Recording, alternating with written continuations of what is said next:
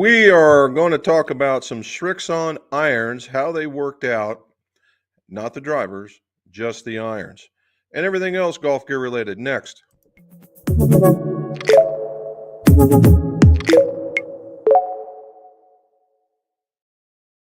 Welcome back to the Golf Shop. Jim McCleary here, and this is What's My Drawers Golf Talk. Why What's My Drawers? Because old club makers and club fitters are tremendous pack rats, and I am no different.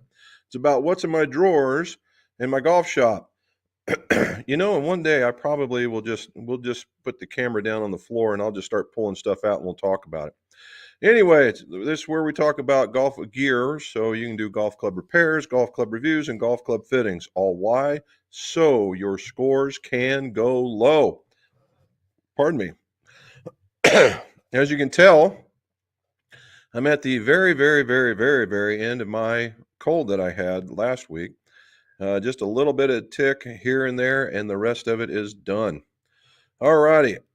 So let's talk some golf clubs. And I got them right here. So we're going to see them real life pictures and then real life pictures. So Srixon. Oh, and I got a surprise for you, and it's sitting right here. So when we get done, we'll go to that one. So before you guys decide to take off, remember to like and subscribe.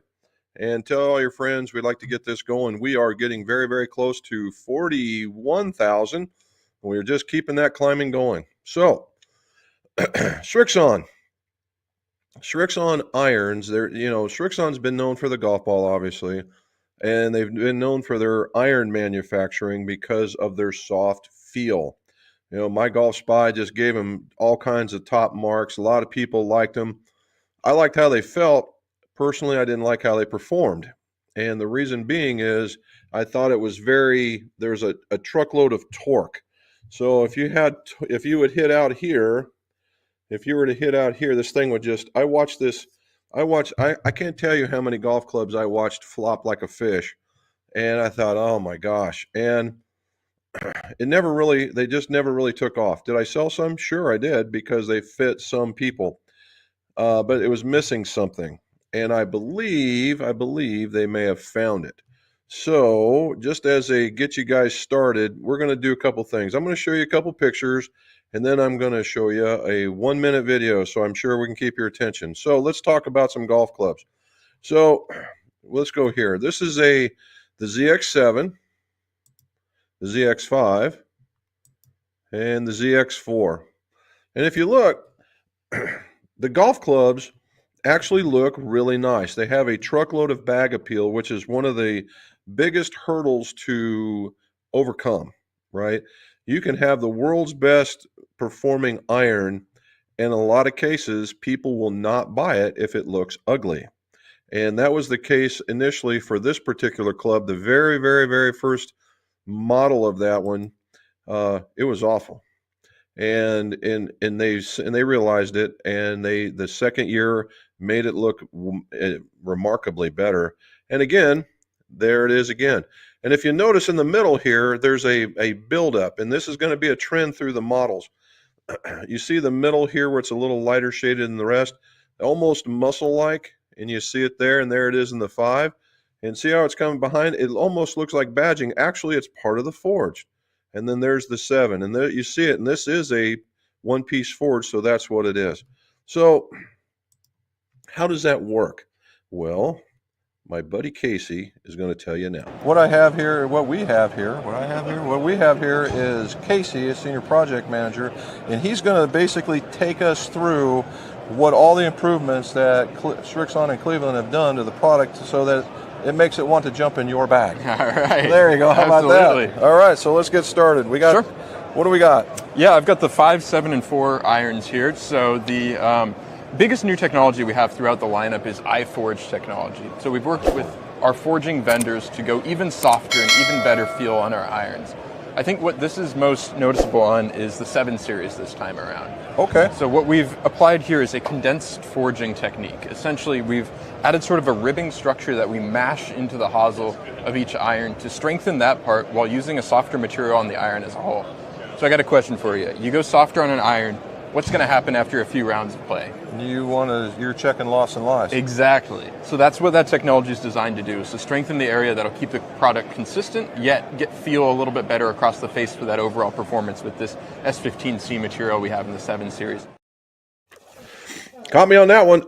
So what he's talking about is a new process of forging the irons. Now, every one of these is a forged iron. The 4, the 5, and the 7. They're just a little bit different. So if I look at let's look at this one. Nope, let's look at the other one. We'll look at this one. This is the 7, right? And there's the 7. There it is for real, right? That's a good looking club. They got the shiny parts in the right spot. The sole on here I think is approachable now. I thought this was thinner until I put them together. I think this one's a little bit bigger, and I tend to like this one a little bit better. And if you look at that, I mean, nice and clean is 7, almost zero offset on it. Okay, there's a little bit, but not very much. Okay, and they're using an S15C, what C stands for carbon, and the 15 is just a little softer version than what they would call the S20. And what they're doing is they're reinforcing the hosel area, and I'm trying to find you. Here we go. Reinforcing the hosel area, and there's that muscle in the back I was telling you about. All right, and so what they're doing when they reinforce that hosel area, which when I was telling you about the twist on it, I think it's strengthened up to remove some of that and make it a little bit more solid at impact. That's where this is coming from. Now you get into the 5, which we thought was right here. You get into the 5, and it looks like it's part of the badge. Well, you go from what they call pure frame technology, which is a one solid piece, to a mainframe technology. And what's mainframe technology? Mainframe technology is this. And basically, although this is a 4, I'll show you a 5. There's a 5. And what they're doing is they're forging the face and the other piece, and you're seeing these, we'll call them regions of areas where they think that needs most forgiveness. So they make those faces. They put them on the body. It's still a forged club. It's just, maybe we'll call it a 2-piece now. Okay. And then you get into the I4, again, back here, the I4, and it's a little thicker. And it's a little thicker because it's a hollow body iron. It looks a lot like that. And you see the big red piece that gets that's a weight that gets the weight below the equator of the ball. And you see some hard metal at the bottom. And then you see that very thin face into that hollow body. What also gives it away, if we ever have a picture of it might be here. See that little dot in the upper left-hand area? That kind of gives it away, because you could literally drill that out and fill it full of something if you wanted to. You could use it for swing weighting if you wanted, that kind of stuff. Now, what are they talking about that particular construction? Well, here's the here's the picture they give you. What does that mean it's doing? I don't have a first clue, because it's not showing you a thing. But what they're talking about is compressing. This process means it's a 2-step process, meaning that you get it up to a certain temperature, you slam it into its original form or its basic form, then you turn around, you put it in another mold, and what it's doing is it's pressing in certain areas to get a more compact or more solid area of the forging. And I think that could be just the way they're saying that. So if we looked here, again, this is the 5, and you see that, and it looks a lot of badged like, where there's the 7, and it's not. Okay. And it's just, so what they're doing is they're saying, okay, we're going to concentrate here, not so much here on when that gets forged, in order to give it a little bit more weight behind the ball, a little more spring, that kind of stuff. All right, that's a lot of blather for a new technique, and it could have been they're just doing it last year as well. Who knows? But they say it's new, so we're going to believe them. All righty, so the real question here is, so we went through the forging process. We know that we got a hollow body. We're using mainframe construction for the 4, the 5, and then there's another 5 look at it. And then there's the 7, which is the 1 piece. We're using the pure frame, and honestly, they all look pretty good. All right. So the real question is, how did they work? Well, let me give you, here's a real look. That's what it looked like at the show. That's the 4, and there's the 7. Okay, so how did it work? Now I'm going to be releasing a video this week on it, so I'm not going to go into truly deep detail. So let's start with the basics. They were all supposed to be a D2 swing weight with a stiff shaft, and they were. They were between a D2 and a D3. One swing weight point, I'm okay. That's well with anybody's spec. All right. The lie angles are supposed to be 62 degrees. And they all were except for one. One was 62 and a half a degree. I'm going to go, that's very okay. Now, the other important part here is the loft, and I'm going to kind of argue with Srixon a little bit. So I was using 7 irons in this particular test, although I do have some 6s now that I've made up. The ZX or the ZXI7 comes in at 30 degrees, which would be considered the new traditional players' lofts, okay? Not old school ones because they're probably closer to 32. But so it's at 30. Sorry about that. It's at 30. So the ZX5, ZXI5, you would think, well, okay, it's going to be a little stronger and marry up to that. And it's 30, I'm sorry, 30, it's the ZX7 is 32. The other one would have been 34. Let's keep going. The ZX5 is 31 by design. Why? Why is that? I don't understand. The whole idea is we have 3 different categories. You have the ZX7, which is made for the player, the person that can hit the middle of the golf club, and it is. It plays just like that. If you hit in the middle, it's very rewarding. You get it off a little bit, and it tells you that you did not hit the middle. You get in the ZXI5, and this is supposed to be for all the players under the umbrella, most of them. All right, this is a guy that's we'll call him a mid player to beginning player. It just gets the fringes, the beginning player and the better player, and then the mid player, and that's what this is for. Well, we like distance, so why 1 degree? Why not 2? Right? Why not 2? And so that's what I did. I found it at 30 degrees and I left it there. I think that just makes way more sense because when you get to the ZXI4, it's 28 and a half, so 28. So now you got 32, 30, 28. There it goes. So now you're going to have a marked difference, a marked improvement between the golf clubs in order to see that, because the ZX5 is a little bit wider at the sole.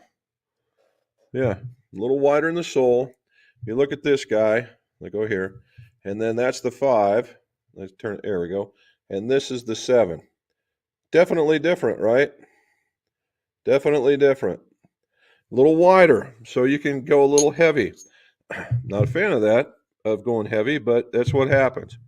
And if you look at it, is it a little bit bigger? That's a good question.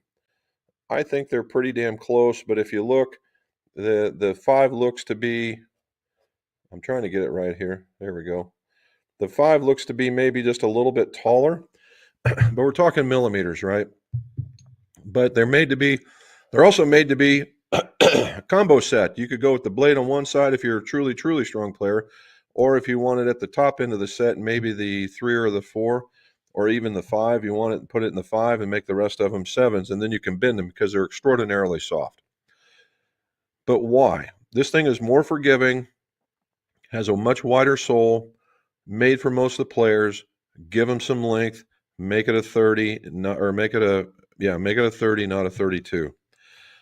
I don't understand that one. But anyway, then they go to the ZX4, which is a hollow body, significantly bigger. This is a significantly bigger club. Alrighty, significantly bigger club. And a much, much wider sole. So we saw the difference in the soles here. And so this is the 7, or I'm sorry, this is the 4. And that's the 5. Okay. And if you look, this thing, you see how it's got this table across the top here, that flat spot? It's way bigger. All right. and it's also longer in the blade a little bit. And it also, and that the other piece is you go from almost no offset to what I would call a medium low offset to much more offset. So again, that 4 is for the beginning golfer, somebody who maybe can't get the golf club quite shut. Maybe somebody has a steep angle of attack, something along that lines. And it's also stronger. So it's going to go further. Okay. So I didn't show them to you because I want part of the video, but let's just say there was a marked improvement each time I did it. All right. I started off with a 7, my swing full of rust, and I started, I hit a few extra balls to get warmed up, and I got out to the 160, I think 163-ish on average. Yes, I hit some almost to 170, but when you miss, it gets you, and I'm into the high 150s, so 163-ish, okay? I get into the ZXi5, and I'm into the very high 160s, 170. I mean, right at 170. So I'm gaining about a half a club. That's about 2 degrees. So we're tracking, right? And in this time now, I'm hitting shots into the mid 170s, right? Into the mid 170s. But when I miss, I'm into the high 160s, high to 167 to 168. So you put it all together, right at 170. So we're seeing a market improvement. All right, now coming in, we get into the ZX4, ultra forgiving, ultra get going, the whole 9 yards. I pummeled this thing.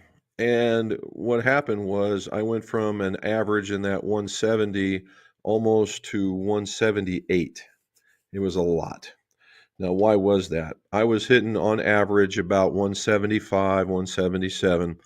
And the last 3, I decided to see whether or not I could hit it further because my swing got grooved.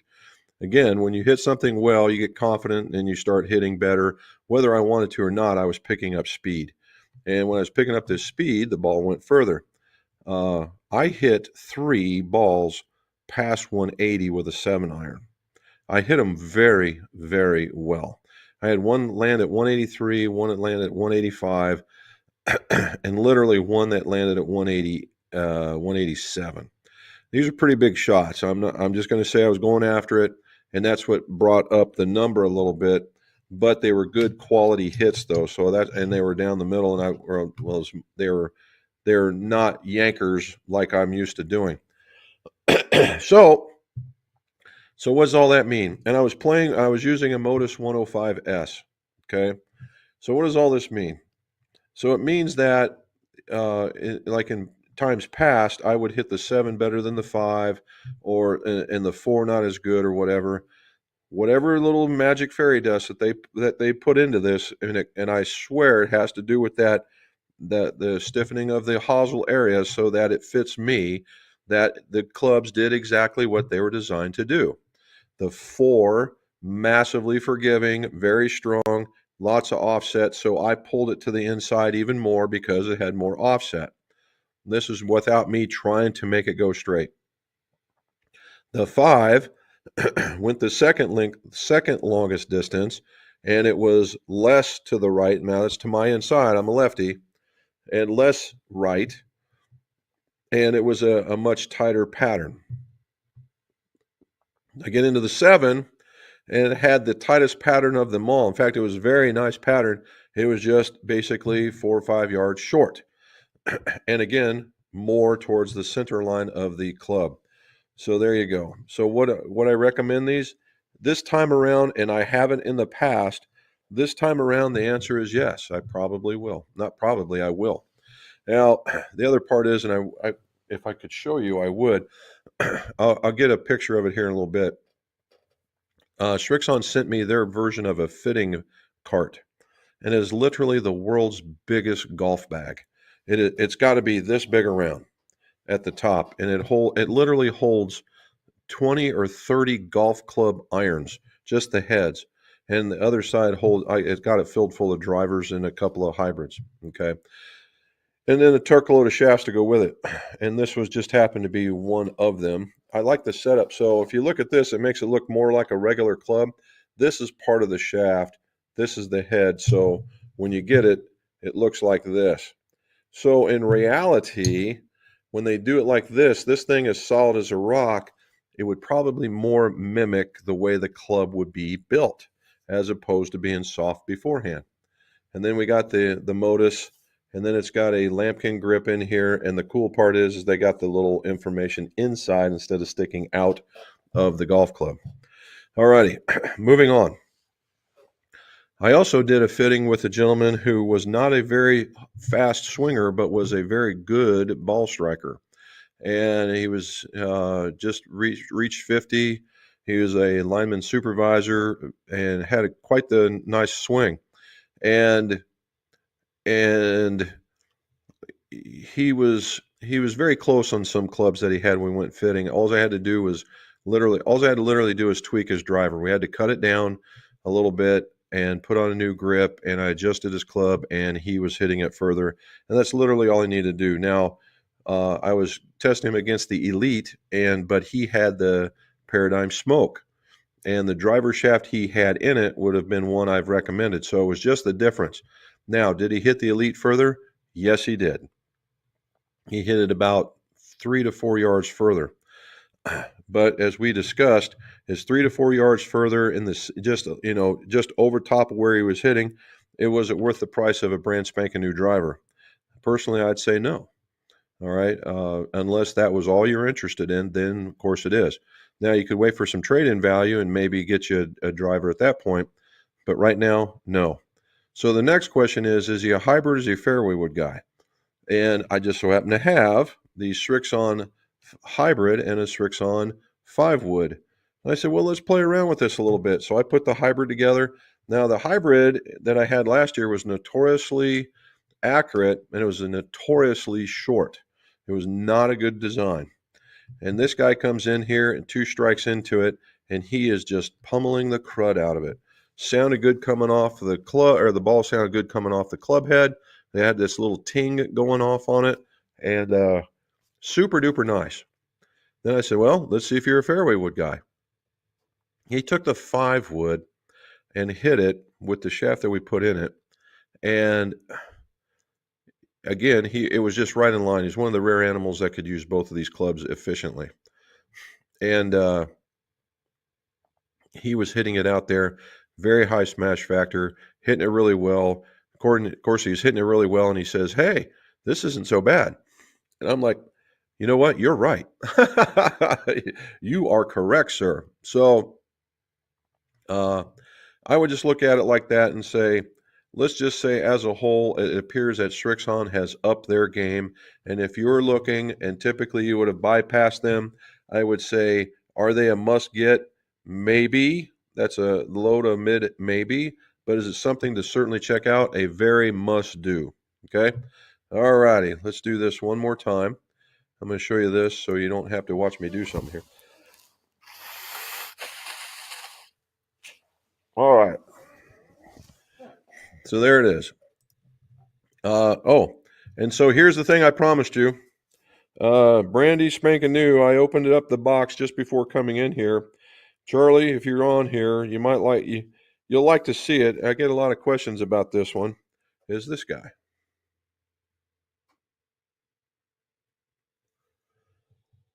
The new Dynapower. Look at that thing. Right, the new Dynapower. See that max on that corner there? So it says max up in here. It says Power Cup. All right, Power Cup. Look at that thing. Wide sole. No power slots. No power slots. Big old face. Big old top line. Big old amount of offset. This one isn't gross offset, but there is enough there to call it a fade bias club, and just looks really smooth. This could be, you got to keep your eye on this one. I've been seeing a lot on the drivers out there on the internet. A lot of people are liking the way the driver's working for them. So, all right, let's get to it. So again, if you haven't yet, like and subscribe, and let's go answer some questions. Let's go to the top. There's more here. Okay. We don't do that. Jesse says, you guys look healthy. Well, thank you. And here we go. I got a story on this one. Charlie, if you're in here, when we get to you, I'm going to tell you about this one. This one, I can't tell you what it is, but I can only tell you a guess of what it is. Okay. Well, thank you, Jesse. I appreciate it. I'm feeling a lot better than I did a week ago. Holy cow. Stephen, everyone hit that like and subscribe button. Thank you, sir, very much. Great looking couple. Hello, all. Still snow up there, huh? Getting tired of the cold. Robin was just saying that as she was walking out to go upstairs. And we had 40-degree weather, and it was very sunshiny. And just no more than we were talking, wow, this is great weather. The weather alert came out, and a snow shower is to commence here at about, I believe she said, no, it was 4 o'clock in the morning and go at least till 7 with a possibility of 3 to 5 or 1 to 3 inches. So that's not going to be good. So we got to figure that one out. Jack, what do you say, buddy? Yep, it's going to get cold here too. Let's see. Right now it is. Let's see what we got here. All right. What do we got here? 35 degrees. 35 degrees. All right, before we go on, one more thing. If you notice, I am not wearing my traditional McGolf hat. This is another gift from another customer that lives out in Maryland. His name is Jay, and we do we'll say a fair amount of work for him. And he has been so kind as to send me these Navy things because he knows I'm a Navy guy. If you see that, right? See that? That is the mascot for the Naval Academy. And it just so happens it's the same brand of hat that I wear normally. So this was a no-brainer. And if I can show you, he also sent us a pin flag with just the big blue N on it. So we are just happy as a clam. So again, thank you, Jay. Charlie, we had another 4 inches of the wet stuff to go on top of what we already had. Not funny, haha at all. And we got rid of ours, but I think we're going to have to fight it off yet again, and hopefully it's gone by the weekend. All righty, so here's Robin's going to roll her eyes on me, but here we go. Charlie, check this out. Look how dark that is. All right, and that is actually very clear. All right, so so what happened? So Rob and I went down to Augusta at a very special meeting that we had down there, and we bought a couple barrels. And the guy says, "Hey, I left you a surprise in there," and I thought maybe there was a barrel stave, and for where they want to flavor the barrel. Well, I open up this one barrel, and this puddle appears, and I'm like, "Oh, that's what that meant." Said, "Okay, so go buy a couple more months." Or a month, maybe 2 months. And it's in the garage and it's still sitting there and it's still, aging because it's still in the barrel. And yesterday was a nice enough day and Mr. McGolf was in a very good mood. So I said, hey, help me let's see if we can reclaim some stuff. And so we did. We rolled the barrel over and collected it in a Tupperware square. And it was this black stuff with all kinds of floaties in it. And so I ran it through a strainer, and I thought, well, let's I'm going to let it stratify. So I put it in a tall cup to let it stratify, and I just left it there. And then I came back this afternoon, and I had a couple of coffee filters, and then I ran it through the coffee filter. And I literally took out all the sediment out of it, and that's literally what it looks like right there. And it is super, super dark. So this is Augusta's, and I believe this is their Buckner's either 15 or 17. That's what I'm getting at right here. Now, the other part of this story is Went to Glenn's Creek and they told us this big story. Bottom line is that they saved the last 5 gallons to make another stretch of bottles. Has a little bit of floaties in it, but it has a distinctly different, oilier taste. And that's kind of what I was expecting to get out of this one, and I am. And it turns out we poured out, almost got a half a bottle out of it. So I'm one happy camper, Charlie. All right, Mark, what do you say, buddy? Thank you. Robin says hello to Jesse. Charlie says hello to us. Oh, I guess I should say congratulations to the Eagles for winning the Super Bowl. Although I had the Chiefs in a pool, I couldn't lose any way on this at all because, of course, I'm a longtime Chiefs fan from way back. I'm a Vikings fan, a Chiefs fan, one from each league. And of course, I lived in Kansas City, and that's when I watched a couple of Chiefs games. And I'm like, okay, I'm a Chiefs fan. Now, this has been ages and ages, not just recently. And so to see a team three-peat, I think that would be historic. And I thought, oh, that's kind of neat.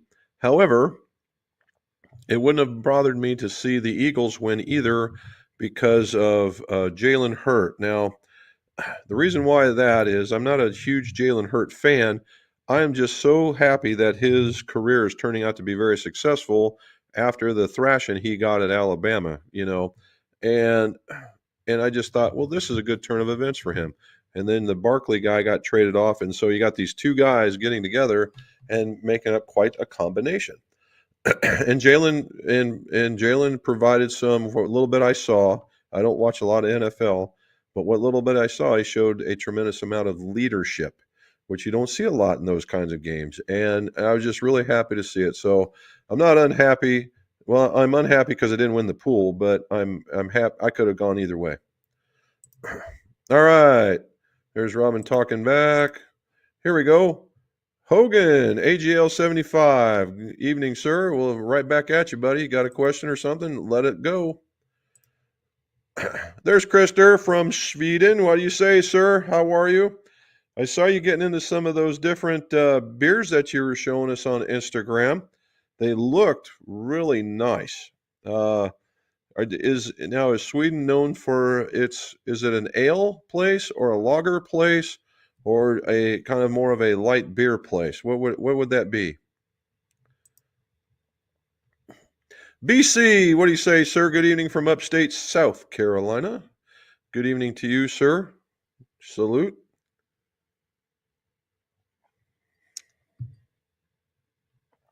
Okay.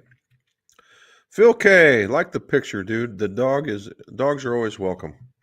Happy Monday, Jim and Robin. Austin is going to be dreary for the day, so no golf. Well, that's too bad. Oh, you know what? Was the Waste Management open this week?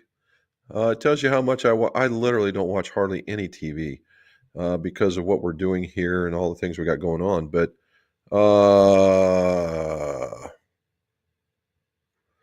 I like to know because it's always a lot of fun. I saw some pictures of guys in Pikachu outfits running, so I figured the Waste Management was on, and we'll see. Jesse Ross says he laid off golf for over a year and would like to know what I should do rather than putting, which I practice every day. Well, Jesse, honestly, the funny part about it is I would stretch.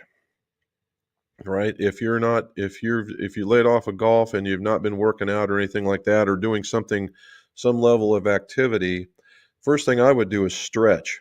And there's a series of golf stretches, and I don't mean make a entire workout of it. That makes it no fun.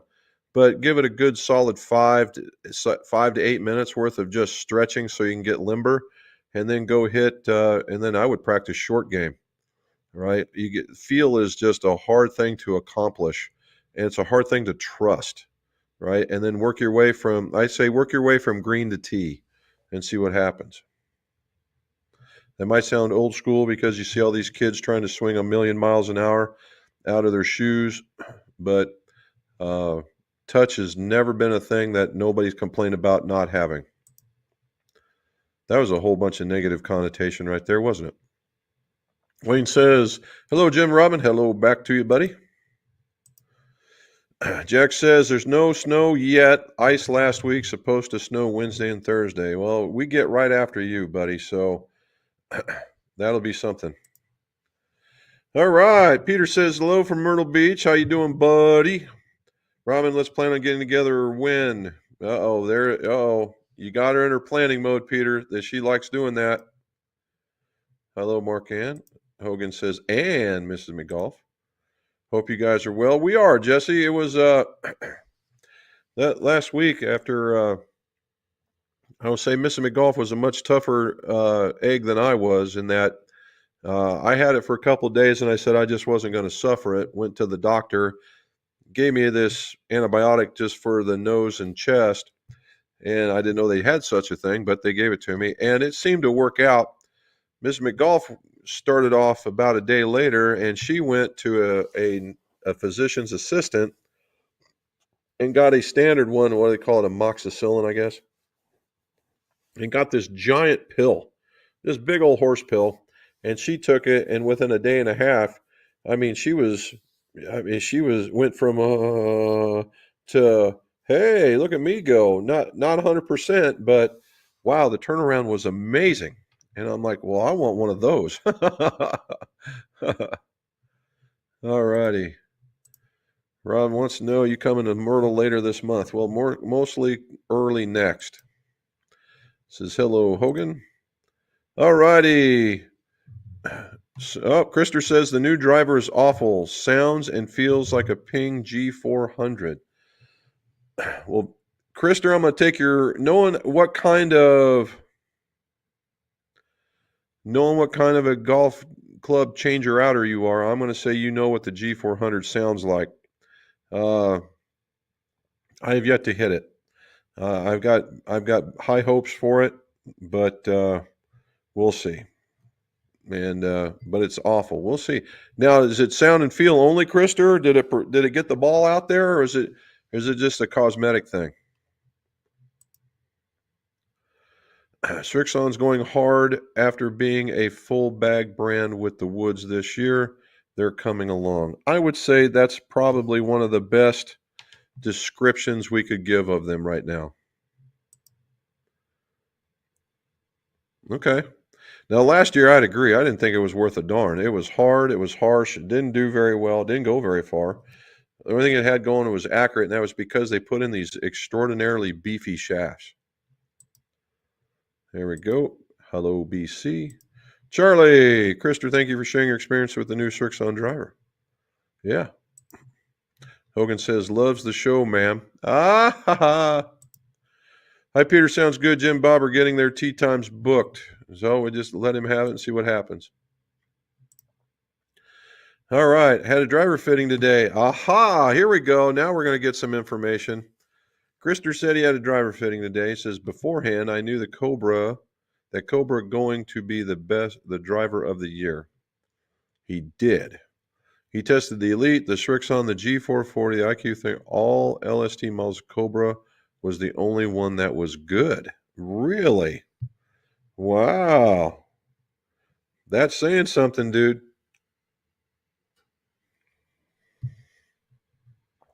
That is saying a lot. There's Brad. What do you say, man? Any good builds this week? Peter says, do graphite shafts become more flexible or softer as time passes or as you play more rounds? You know what? The shaft guys will tell you no. However, testing would tell you yes. Now, what kind of testing is it? So I just happened to be privy to, they were doing some this kind of philosophy testing at Golf Works, and they had a golf shaft in a jig and a rig that was holding on to it, and the shaft was coming out this way, and they put like a 5-pound weight on the end of it, and they just let it sit there, and they said, well, the theoretically is if we come back in a month or 2 or 3 or whatever, and it stays deformed, that yes, they do wear out. And sure enough, they came back after a given period of time, and it stayed bent. Now, is that an all-inclusive test? Absolutely not. It is nowhere close. But the bottom line is, can because it's a fiber, right? Graphite is a fiber, and it's held together with epoxy. Whether it's a lot of epoxy, little epoxy, great epoxy, doesn't matter. And it is a man-made fiber. And after using it a lot, it finally get down there? The answer is yes. Now, how much do you have? Now, the real question that we need to know is how much. And therein lies the $10,000 question, and it will have to be a lot. Okay, will it do it after a year? I say no. You'd have to get, in my opinion alone, of what I've seen and what I've been talked to and that kind of stuff, Peter, I would have to say you'd have to go a bunch of years. I would say somewhere above 5. All right, 5 to 7 maybe, and playing a lot of golf in order to actually start seeing any differentiation. That's where that would start happening. If it's only been a year or two, no way. Just no way. Christer says he's learning checking out that new Cobra driver. Nice. We're going to have to hear what happens. Man, if Cobra was the only driver you liked, you need to think or go over to tennis. Oh, Jesse. Come on, man. Thanks. Cobra was like 16 to 18 meters longer carry over the other drivers he tested. Wahoo. That is not a small amount. That is something else.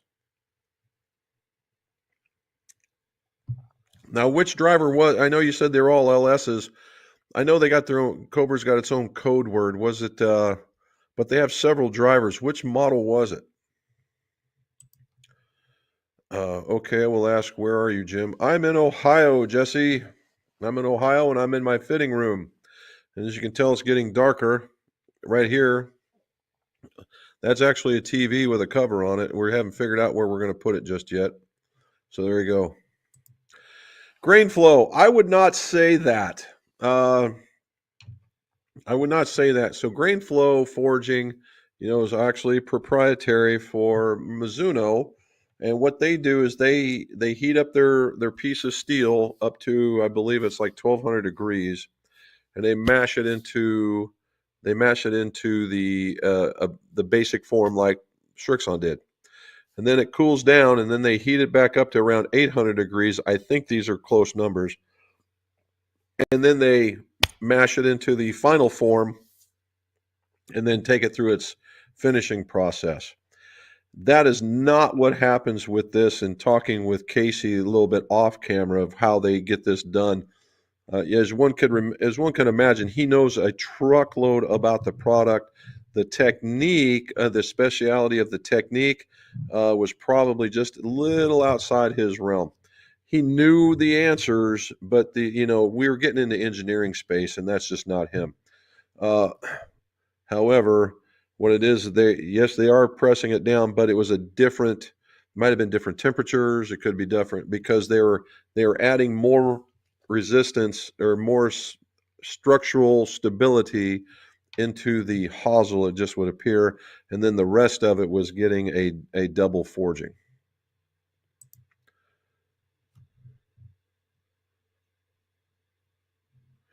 Jesse, we are Aaron. We are Aaron. We are Aaron. I don't know what that means. Cobra was the only driver that accurately worked. I had problems with high spin with all the other drivers. Ooh, look at you go. I'd still like to know the model number. Southern Ohio. There we go. The last Cobra I liked was the LTDS. Before that was the F9. Okay. Now that could be. Now, were you using the triple diamond? I'm going to assume that the answer to that was yes. I also test the GT hybrids. The GT worked best for me, forgiving and long. We like that one. The 32 settings, I don't think so. But if you find the right one, who cares? Because you're never going to change it. Krister, so the G2 hybrid is going into the bag? We'll find out. And he says, well, yes, it is. I'm waiting on the Tour Edge set, and he's waiting on the other one. He did some good testing with that one as well, as I recall. And I could imagine, here's the next one. Yep, what's the shaft? It's going to be some 80-gram X-Flex club shaft. Be interested to see what he says. I'm just guessing.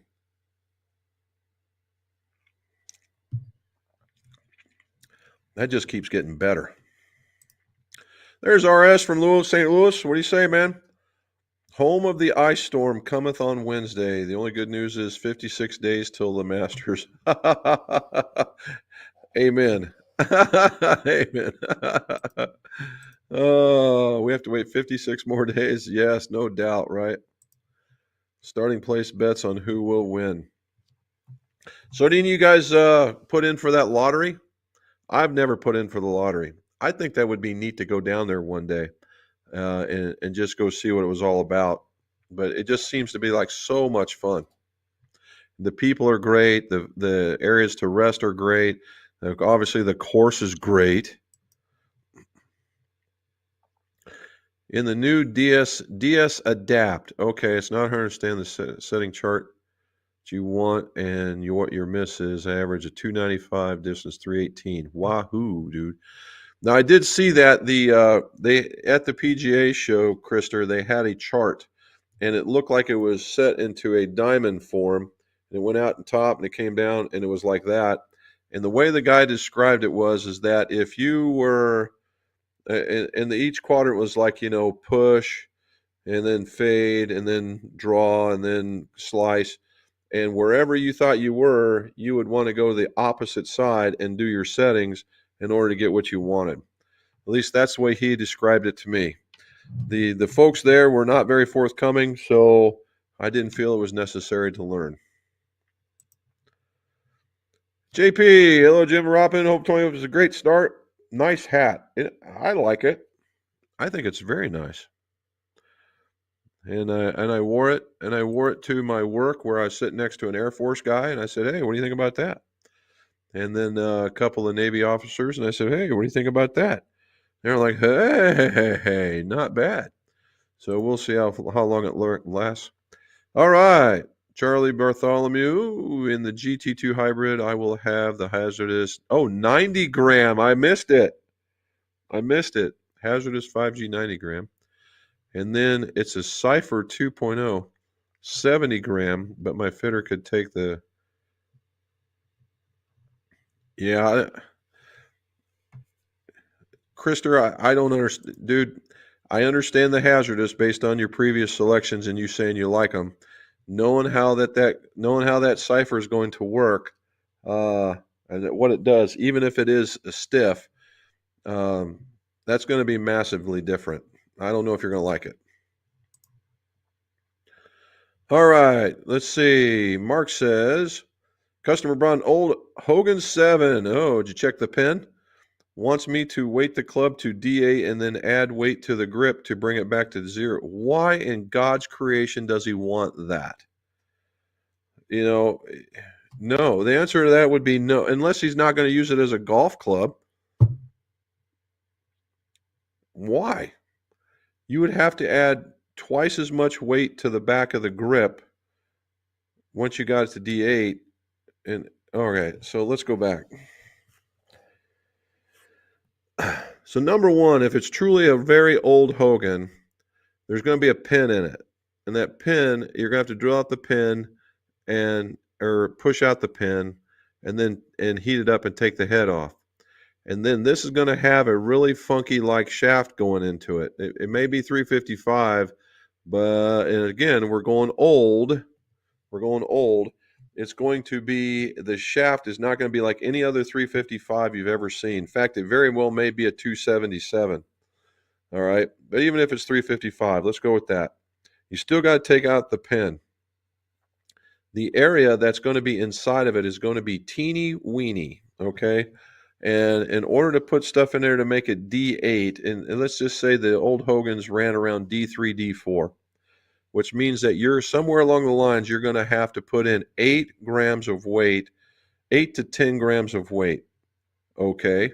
That's not made of unobtainium because they make 8 and 10 gram weights. This is assuming that. Then you put it all back together, replay. You don't necessarily have to put the pin back in, but I think it would be fun to try. And then you got to go back to the other end and then weight the back end, which means now you're at D8 and you want to bring it back to D0. That's 32 grams of weight. 32. How in the hell is this guy going to pick it up? And then the total weight on this thing is going to be disastrously heavy. Now, if he's using it as a swing weight club to, figure out some sort of tempo, more's the better. But I don't know. I mean, you could do it, 32 grams, but what you're going to be doing is you're not going to be putting anything in the back end, although you could. I'd be coating the hole underneath of that grip. I'd take those lead strips, those quarter, those half-inch wide, I guess, or quarter-inch wide. What are they? Half-inch wide strips, and I'd run them the length of the grip, and I would encircle the grip. And then put the tape on over top of that, and then put the grip on over top of that, and see what happens, and give it to him. I mean, you could give it to him. I would charge him for the speciality of it, and then I would really want to know what in the devil that person is going to use it for. Hello from West Virginia. Oh, from his new home in West Virginia. Well, Jerry, what do you say, buddy? Is this the Jerry Wilson from Louisiana? Got up into there in West Virginia? Not bad. That's a pretty good change from super hot all the time. Now you're gonna have seasons, dude. Lawrence is in the house. What do you say, buddy? Yeah, and feeling way better, Lawrence. Oh my God, am I ever? Charlie, if I didn't know better, this might be hazmat. Oh my. PZ, what do you say, buddy? Any lessons this week? How's that lab thing working out for you? I'd like to know more about that. Jim, what are the head weights on the Srixon versus the Wilson irons? I did not measure the heads directly, but as typical, they run just a hair lighter. Both Srixon and Mizuno run about the same as far as head weights go. And much like, let's just, for instance, the 5 iron in a Wilson will be around 256, and the Mizuno and the Srixon will be 252-ish, right? It could be 251 to 253 versus the other one. Golf Addict says, hello, cheers, Jim and Robin. Excited. I just ordered a PXG Mini driver. Nice. Had a burner Mini. Liked it, but I like the PXG much more. All right. Very cool. I got a set of the PXG, the whatever, the 311, whatever the latest generation is. Black heads, black shafts, gray grips. And the gentleman wants me to take it apart, look at them, and put new custom ferrules on it. So this ought to be a really neat trick. Robin's saying hello to everybody. And they're nice looking irons. They are. I have to say they're nice looking irons. Charlie, these are, although I haven't measured it, I don't think that we're going to see them get any stronger. These are pretty strong, right? And if I see if this works like I think it's going to work, much like that ZX4, and I hit a 7 iron, if I'm hitting it the same, and I hit the 7 iron into that 180 category, which is redonkulous for me, and that's a 6 iron, it would be not unconceivable for me to be like 195 with this thing, because they are very strong. Yeah. That if this is coffee there, Krister, you and I are on the same page, buddy. So when those beers that you were showing, Krister, were those local beers? I mean, from Sweden, or are they imported? Steven, are you going to get both the new Wilson irons in and testing them? Yes, I am. Can't wait to see the Maxes in person, and I will be, Steven. I got a whole box of testing irons. I got the righties and the lefties, and I have to drill these bad boys out and bend them, bend at least half of them, so I get two. What I do is I get a set standard, and I make another set 2 up, because I rarely get anybody who needs it flat. And then I'll put my fitting piece in here, and then we'll go with it from there. It's kind of interesting. I'd say that The sole's a little bit wider than what we were used to, and I don't know if that's just because the power holes were breaking it up, or they physically did this. To me, it looks kind of like a marriage between the Dynapower of previous years and a kind of a launch pad feeling. So we'll see. We'll see what happens. I'm really getting excited about these drivers. I want to see what these things are going to do. It's 27 degrees here. Well, I got 35. Krister's at 28. I don't feel so bad now. That's during the day. He's got 19. Oh, nope, nope, nope, nope, nope, nope, nope.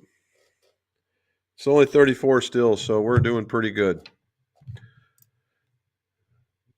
Yes, it would be a goat. All righty. 19 almost Swedish summer, no doubt, particularly on the inside. Oh, I forgot to add. Did you ever join that last year you were in that simulator league? Did you go back and join that for the winter time? John Jambor from Sturgis. What do you say? And PGA Hope. Everybody, if you got a chance, I would support.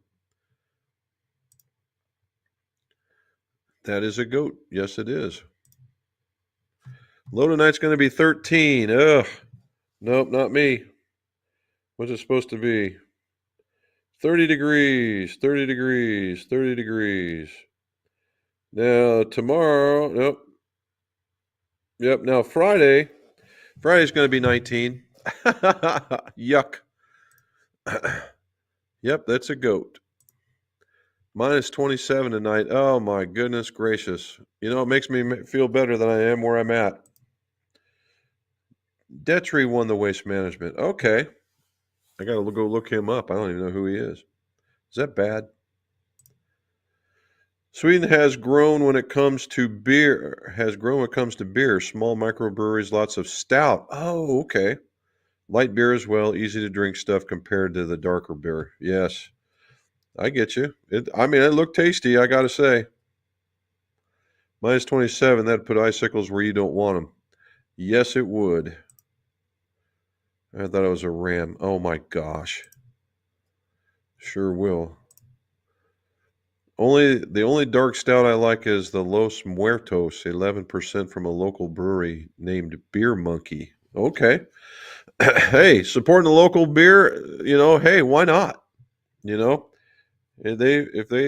a lot of Columbus, which is about an hour to my north.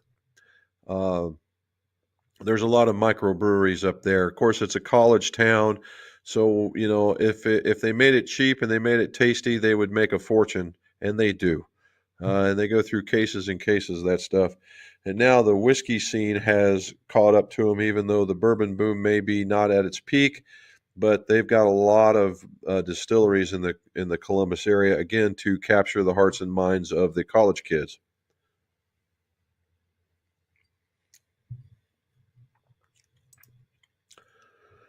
BC, he's going to start a build this week, swapping his buddy steel fiber 110s from the Srixons, and he's going to put them in his 210s. He is getting some 100 tour issues.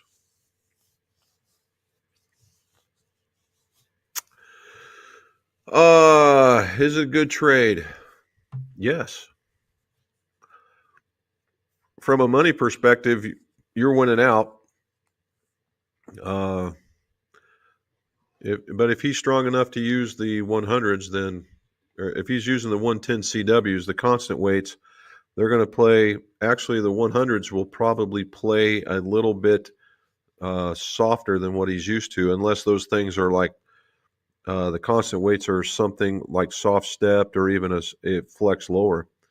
I think that you'll like the constant weights. They're going to be a little bit more stable, and just obviously at 110, just a skosh heavier. So if you like that, yeah, you're right there. Michael Green, and I dig that logo.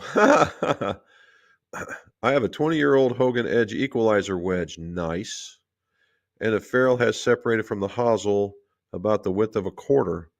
How much would I expect to pay to fix that? Well, Michael, here's the thing. Let me save you a little bit of money. If it's a 20-year-old wedge and it doesn't have now let's assume that the ferrule has slid. Okay. What I would do is go get you your hair dryer and blow the hot air on it for 30 seconds, maybe 45. And if you don't have a vise to push with to do like that, uh, take a towel and grab it, and you should be able to slide it down. Now, if it starts to slide, what you want to do is sneak a little bit of like Gorilla Glue. Some dab, just need a dab, just one little dot, slide it so that it sticks on there and life's good. Now, if you believe that the head is coming off, which a 20-year-old Hogan, that would be shocking actually. But if it is, then you're going to pay for a head removal and reinstall, and getting the ferrule down is not a big deal. There we go. Saying hello. Joe Palace, what do you say? Says thanks for the PGA videos. Well, you're more than welcome, sir. I'm glad you liked them. Or hopefully you liked them. There was some really interesting stuff there. There was, I got. They said something about decadence there, about having all the accessories around the golf clubs, and there was a lot. I mean, those golf carts they had were, the bottom of the golf cart hit me at my chin in a couple of places, and I'm 6 foot, but they were cool looking. I have to admit, who doesn't like a jacked up golf cart? But they also there was one in these tees, which I've got to do my testing with. They had a $50,000 tee, and basically it was a gold tee encrusted with some little bitty diamonds.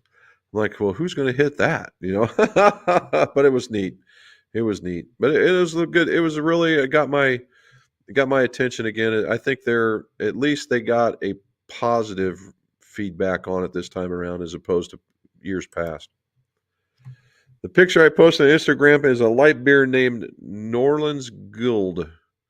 It's an easy beer to drink, a very common beer. Okay. Well, I said it did look very easy to get to, so not too bad.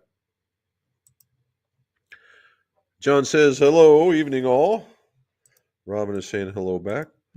All right, here we go.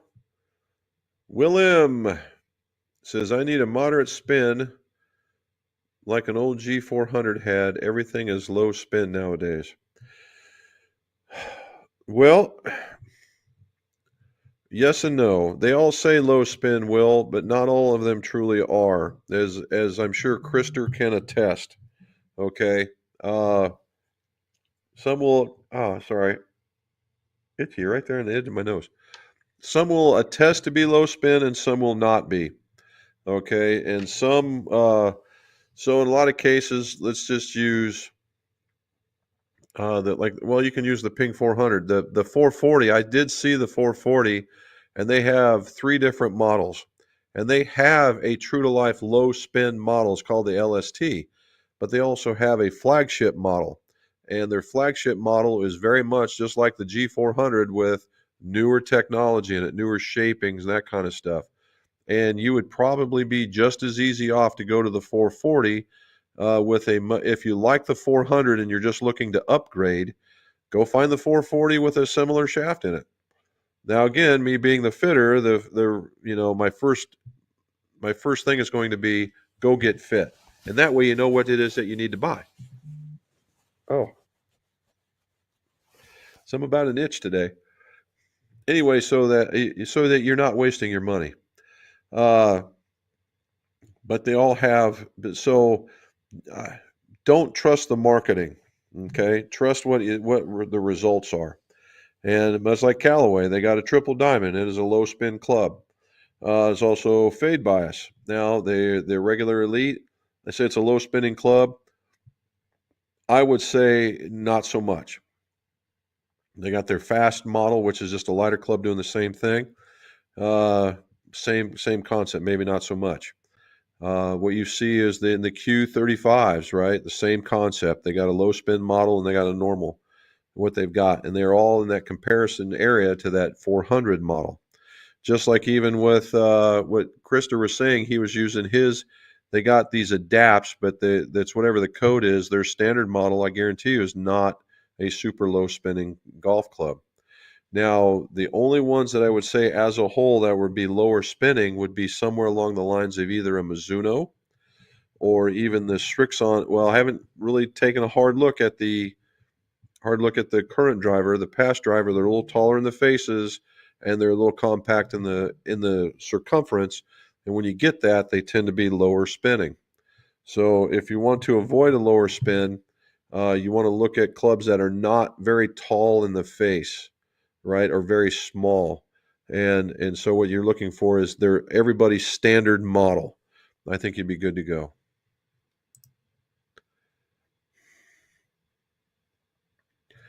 And that's what we saw last year, Krister. I saw that last year, and they got this rebound philosophy going, and I saw this put in another model with another manufacturer, and it didn't work for them either. I hope that they figure it out. As long as somebody's hitting it out there far, they'll probably stay with it. I just don't know. This is going to sound odd, but why do I like hitting Bridgestone E's or 6Es over Pro V1s hitting like a rock for me? That is because the Bridgestone E6 is a soft ball, right? So if it's a current E6. So Bridgestone's E6, when the first E6 came out originally, it is what the E12 is now, okay? It was the ball that wanted to be like the tour ball. It was a little firmer, and that's where all the research for Bridgestone was in order to make their B series and their RX balls better. It came off of the E series ball. Fast forward half a dozen years, 6, 7 years, and I say the rep that we had, super nice. His name is Nick. Uh, but I was really more interested in the golf clubs that they had. The golf clubs they had at the time were really, really good. Their wedge was outstanding.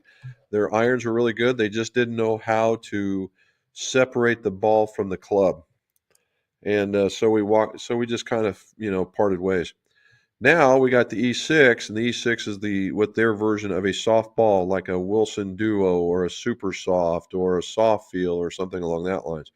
And a Pro V is much more firm, and that's the reason why. There you go. So Willem, here I'm going to just applaud to you. Willem, if you haven't liked and subscribed, do so now, please. All right, that has to be the darkest looking bourbon I've ever seen. And you know what? If you're looking for an argument, you got to go somewhere else. And I would agree. That stuff is something else. That's the reason why I lend it to be a hazmat. And but yeah, it's got an oily texture to it, just like you would want. It is a little hot, but I think it's because it's in the 140 range. But it's got all the flavors of a Buckner bottle, just a little warmer. John, that's probably because the Bridgestone is a softer compression than the Pro V. Look at Charlie jumping in there and giving him the answer. Thanks, Charlie. Knew it had to be something simple. Look at him getting in there. I looked at the test results for my fitting streaks. It was 30 yards shorter. That's a put that club back kind of result right there. Bourbon is so dark it must be called BM. Bourbon legs matter. No doubt in my mind, bud. No doubt in my mind. And it was so much. I did get a half a bottle of it. And I was like, woo wee, that one's going to wait a while. So not too bad. John, if you like it, it plays for you, stick with it. That's exactly the right answer, Charlie. So I also did some other experimentations, Charlie. I took Weller Special Reserve and I put it into a brand spanking new little bitty barrel I got from Independent Barrel, and I let it sit in there about a month and a half. And I took it out, and I literally lost 3/4 of a bottle. I don't know where it went, but I lost it. It's probably sitting inside the wood. Anyway, but I took the other ones out, and there was a difference.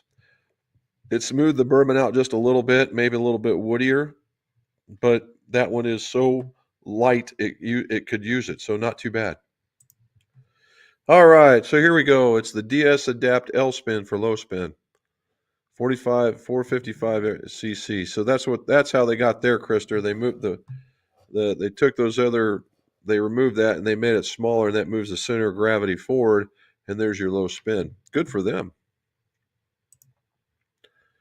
And it probably was. If not, I mean, I'd say it'd have to be between that one and the Srixon. They don't run a very expensive driver. Just as a draw player, spin is my friend. Ah.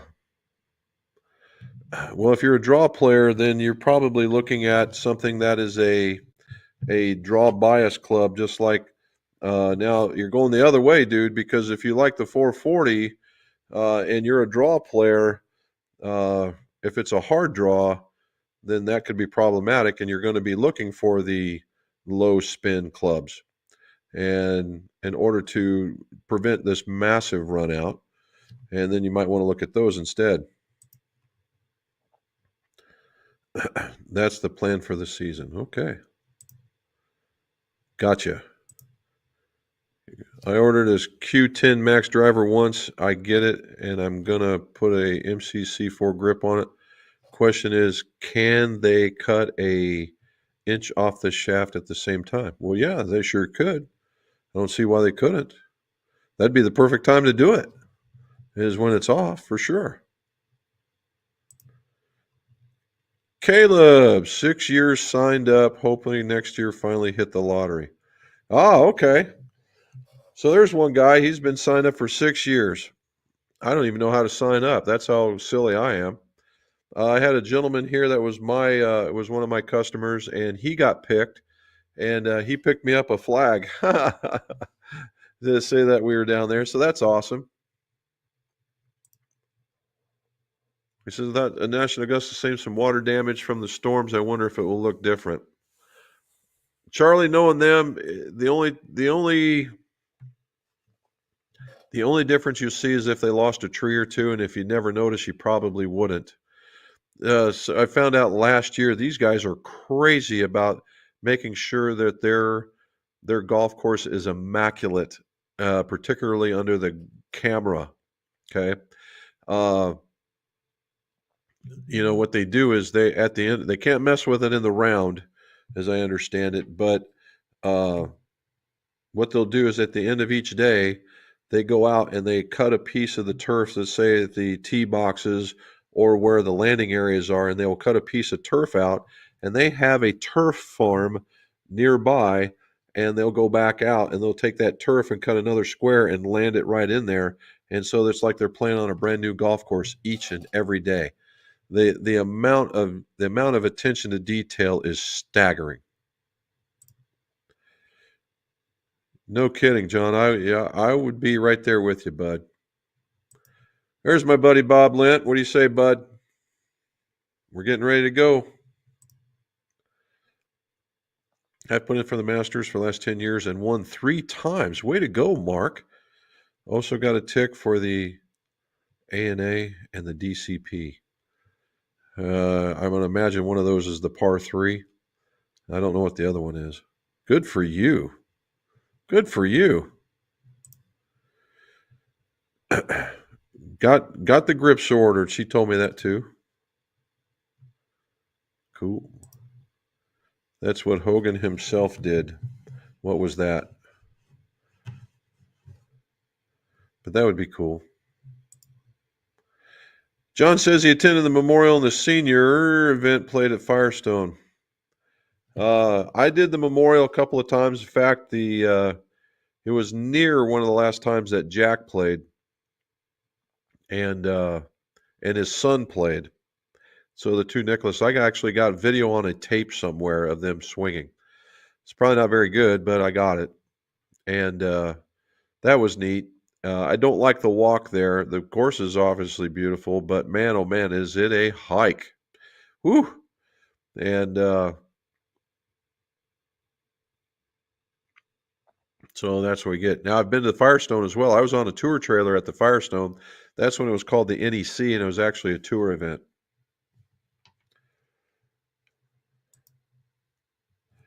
Now, super counterbalance, I get you on that one, Will. But when you go to load it up so much, that just doesn't help. That's just counterintuitive unless you're just this really strong cat, right? And I don't know. Now, a lot of these guys, there was a lot of counterbalancing. Even Nicholas counterbalanced, but how they attained the counterbalancing was they would put a dowel rod that was very wide, and they would shape it to the back end of the shaft, and then they would drill out the hole, and they would take molten lead and pour it into the back, and then until they got what they wanted, and then wait for it to cool down, and then they would grip it, and away you would go.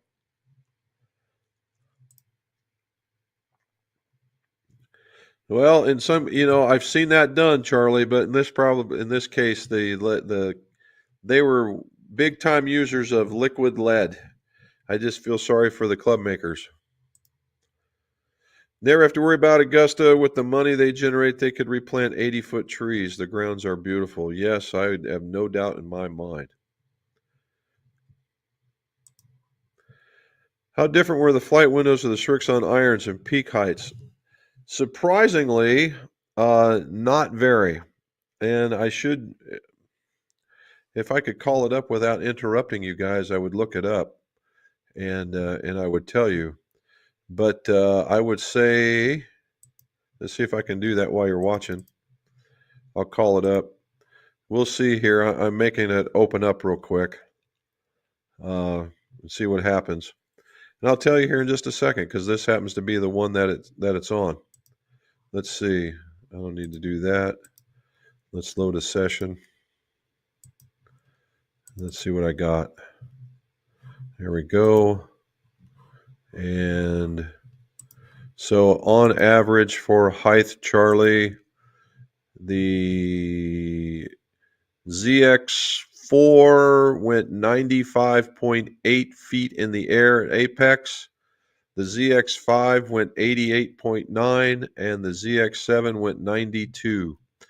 Now, as it goes, the quality of hit was higher for the 4, as one would imagine, and slightly lower for the 5, as one would imagine, and then just at 0.1%, which means it really didn't do much. So, there we're there. It's not too bad. I mean, it wasn't a. If I look at them all, let's see, ball trajectory. The 7, I mean, the way that went up in the air and it came out, the 7 looked really, really good. They all came out of the air. I'd be happy with any of those. The way that it came down, I would be happy with any of those. The way that they came out, but amazingly enough, when you put enough weight below the center of gravity of the club, even when you make it stronger, it still tends to fly a little higher. Okay, thank you for content you provide. Well, you're welcome, Ryan. It has helped me begin this journey club building, making modifications to my clubs. Keep it coming. Well, no problem, buddy. Just keep watching. Thank you very much, though. All righty, Mark. Customer has a very eccentric chap who claims that he uses Hogan as his primary everyday set. Definitely the most unique request I've ever had in the shop. I would agree, dude. I would agree. An eccentric doesn't begin to describe it.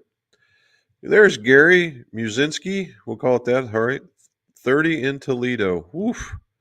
Well, you know what? Compared to we're seeing 19s and all this other stuff, Gary, that's not too bad. Everybody, Robin says, hit that like button before you go. I was thinking that the Max looked like a cross between a Dynapower and an LP iron. Yep. All part of my set. You know, you're not wrong. Not necessarily that. I think that's actually a pretty clean look, but that does. So we'll see what happens. Swing, it says Beer Monkey Ale as well. One that I like is Aldo at 8% semi-dark. Okay. I'm not a bitter taste guy, though, dude. You're welcome, Michael, anytime. Mark Patton, what do you say, bud? Hope all is well. What do you think of all the adjustments on the new gimmick, or do you think it's a good idea others will start following? I doubt very seriously that others will follow that. Cobra has been known for generations about being innovative and not afraid to try something new. And the reason being is because they're not in the top three. They're trying to do something to catch the attention of the people, right? And this is one of them. I find it hard that you can adjust. eh, eh, So when I say this, let me say this with a grain of salt. Could you, let's say, I think it's 32 or 33 different, I think it's 32 different adjustment points. The first question you got to ask yourself, are there really 32 adjustment points? And from a very technical standpoint, if you go to turn it and it moves 1/4 of 1 degree and it goes up 1/4 of 1 degree, then the answer is yes, it did move and it is very adjustable. Now, the next question is it going to do anything for you? And that's the part, if you are a tour professional or a extremely low handicapper, somebody plays maybe even to the level of that Krister plays to, that very well may be something that you need. As an average golfer, and what I mean average golfer, somebody that's between that does 80 and above, probably would never ever see a difference. And I use probably because we're golfers, and but that is a lot. Okay, that is just a lot. And but do I think they'll start following? Probably not. Only now they will. I will say this, Mark. They will follow if for some reason all of a sudden everybody with a Cobra club in their hand just starts out driving everybody else. Then yes, they probably will.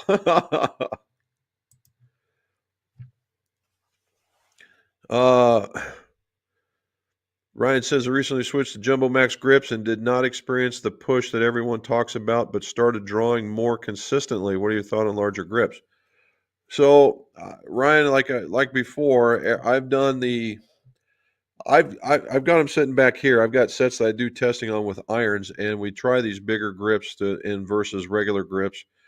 And what I am finding is the largest percentage of golfers will either get one or the other. They will get a little bit more distance, or they'll get a little bit more consistency. And if it depends on what you're looking for. And then in that rare occasion, absolutely nothing happens or something to the negative because they're just so freaked out because of the larger grips. Is there something to say about it? Yeah, there is. There is something to say about it. My buddy Bob, he has pretty big paws to begin with. Uh, I got him into it, and he's never looked back. In fact, Robin's got his clubs down here. We're going to put the red, white, and blue grips on them for him. So he's a firm believer. Squeeze that wood out. I thought about that. So, the easiest way to do it is let Mother Nature take its course on this and put it outside and make it get cold and let it squeeze that wood, because that is a lot. Now, to the barrel's defense, when I bought it, they said buy an extra bottle because you will experience a loss. I didn't think they meant a whole bottle. So, but it's fun. Amateur. Okay, women's amateur. The drive, chip, and putt. Now, the drive, chip, and putt, I could see that being pretty cool. That would be a lot of fun. Do Jumbo Max grips work as a counterbalancing? Well, they certainly can. They certainly can. Now, not all of them, because they have some ultralights, and the ultralights are actually lighter than standard grips, and it goes the other way. But if you get their tour model or their old wrap style, then yeah, because they are 60, 70 grams heavier, and they certainly would do a counterbalancing. There's Efren. What do you say, sir? Advanced Dynamics Golf Center. Talking about counterbalancing, I have found some putters that had brown sugar down, or had sugar down the shaft. Ever come across that? I've heard tales of that, but I've never seen it myself. And it is crazy what you'll find down there. I've come across a screw or a bolt. I've come across a bolt down there. I've seen sand. I know people that have put playground sand in there in order to weight it. But That's basically the extent of it. It's basically what they had on hand. But I've never heard of sugar. I would think sugar would eat up the inside of the shaft really quick if it was steel. And that would be anti counterbalancing, or totally weighting down a putter. So yeah, spaghetti in a spaghetti bowl. All right. Well, there's a new one. Spaghetti in a bowl. Spaghetti. Okay. How do I get a torque screw in a TaylorMade Stealth that is worn out completely? Okay, so here's how you do that. I had to think about it for a minute. Oh, itchy nose. All right, so here's how you do it, spaghetti. So the way these screws are held in are by one of two methods. One is a rubber O-ring, or two, a plastic O-ring, and that's what holds them in the head.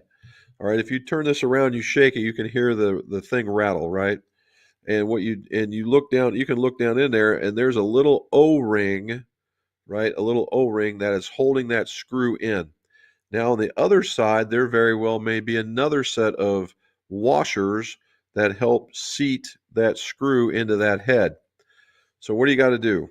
One of the easiest ways to go about it is a dowel rod, right? About a 3/8 inch dowel rod, and push in on like if you had it here, and this is like you have this, and this is 3/8 inch, you would push it in here, and you would push until you found the bottom of the screw, and make it so that it would bottom out.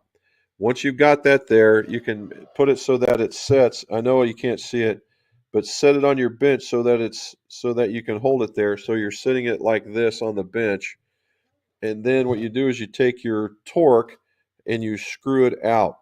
What you're doing is you're overcoming that O-ring, whether it be plastic or rubber, on the inside, and you will feel it. It will start to raise. You will know that you're doing right as it starts to raise up out of the head. You get to a point where it just stops moving or wiggles, and you can just pull it out at that point, and then you just reverse the process to put the other one back in. All righty. Spaghetti, I have had that happen, and I drilled it out with a Dremel. I don't know about that one, but okay. And carefully. Now that makes sense.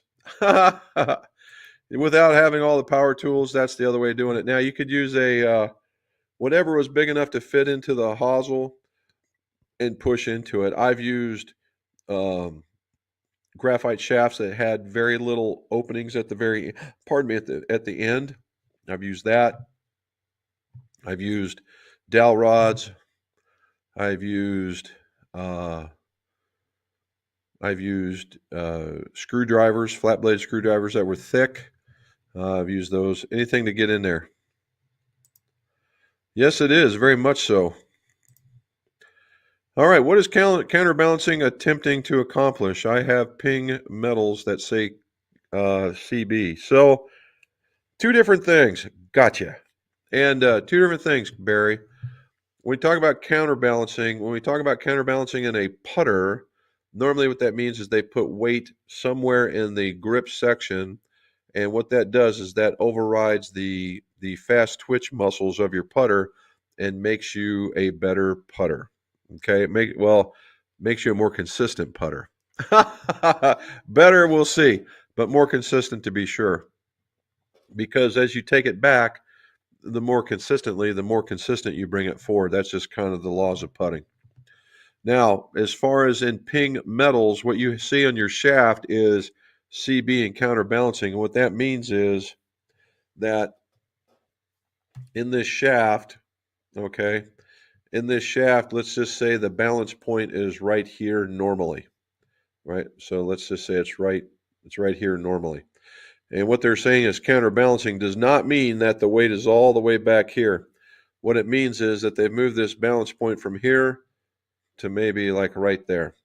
All right, maybe moved it up an inch or two so that it gives the club either depending on the golfer, a lighter in the head feel or heavier in the grip feel.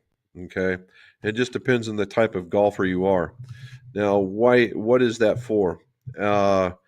Without normally what I would say it's for if you were truly counterbalancing a driver, which means that I would put weight in the actual butt end of it. What I'm looking for is I've got a guy that's an aggressive swinger, and when you have aggressive swings, the aggressive swinger likes to feel the hand, likes the weight up in here, not out there. Okay. Now, that's one way to think about it. The other way to think about it is if you're a smoother swinger and you go take it back, you like the weight feeling lighter out there.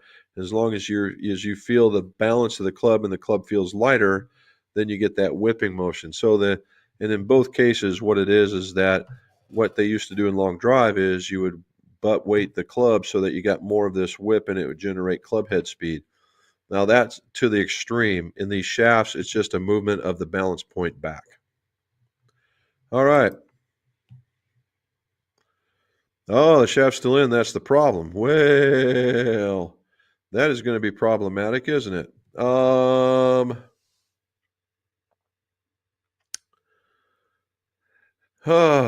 Well, you might want to get a buddy or two and have one of you guys pull on it while the other one opens it up, because if it's stripped, what you might end up having to do, what I mean by wore out, if it's stripped and it won't come undone, then you've got a couple of choices.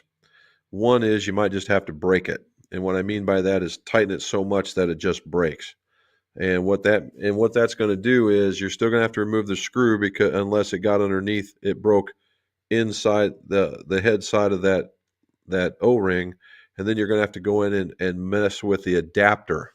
Okay, you're going to have to mess with the adapter and get it off, because it very well may be broken as well. Because if you're stripped out, I wouldn't trust that adapter either, so I would replace it as well. So you might have to do that. All right, last couple, and we're gone. Got to run. We'll be safe with all your shots. Be straight, and cheers. Same to you, sir. Enjoy the night. Stay warm. Efren says, if the shaft is still connected, the shaft and is stripped, I have tried drilling out the screw or use a screw extractor. Yeah, you could. Again, there's several different ways. But the basically what I'm thinking is you're pretty much going to have to break the screw out in order to get it. And if you got to drill it out, that is one way. These are aluminum screws. They're not stainless steel that I'm aware of. So they should be easy to be taken care of. Ryan actually says, have you built single length, and what are the challenges did you in having do so? I built a handful, bud. And honestly, the if you're making a precision set, that means that all your shafts got to weigh the same, all the heads got to weigh the same, all the grips got to weigh the same, so everything feels the same. That's the real trick of a single length, right? So that you're applying the same swing no matter what, and you should have the same feel no matter what to get different results. It's kind of backwards, right? So here we go. So that's the trick. So a head weight plus or minus maybe a gram, shaft weights plus or minus maybe 2, and a grip weight plus or minus 1, and you're gold. And then once you put them all together, then you got to make sure all the angles are exactly the right say, and then that the lofts are whatever the manufacturer describes. Now, when you get the player to use them, what normally happens is they will just absolutely muscle a pitching wedge because they know it's longer, and they know they're going to hit it further because it's longer, although they shouldn't, but they put this massively great swing on it. There's fluid and they're all good. You get to the other end, say a 5-iron, and all of a sudden they realize the club is shorter, and they put this awful muscular swing on it, and it goes short, and they wonder why. And so we have to remind them that you put this really good swing on the pitching wedge, yep. You put this really good swing on the 7-iron, yep. And then you put this really crappy swing on the 5-iron. What's up with that? Well, I have to hit it further. What do you mean you have to hit it further? The whole idea of single length is the same swing. And then you let the gears turn. The gears turn. Oh, there you go. Now hit one. And normally it works out. All righty. Couple more. What are your thoughts on Apollo hump shafts? The answer would be no. All right. I actually had some in a set. No. I'm not a fan. And I would not use them. Now, it's not to say would they work for somebody. I am sure that they will, but I just wouldn't use them. John Lennon says, good night, all. Checked in. Hit that thumbs up. Thank you, sir. Spaghetti says, appreciate the time. No problem. If you haven't done it, please like and subscribe. And Efren says, what are you drinking these days? Well, you just missed it, Efren. Mrs. McGolf and I emptied a barrel, an old used barrel, and there happened to be about a half a bottle's worth of whiskey in it. So I filtered it out and took all the chunks out, and I drank a piece. Outside of that, I've got another one, and it's called Cooper's Craft, and it's a barrel reserve. It's a 100 proofer, and it's a Brown Forman product, and it's a $30 bottle, and I'm here to tell you it's probably got some of the best flavor ever. Okay, guys, so we've hit some record at 7:05. It's been good. I'm glad I'm feeling good. I'm glad you guys are asking. Glad everybody was on here from around the world. Again, like and subscribe. Watch for my video. Tell your friends so we can get our subscribership up. And as always, let's see your scores. Go low.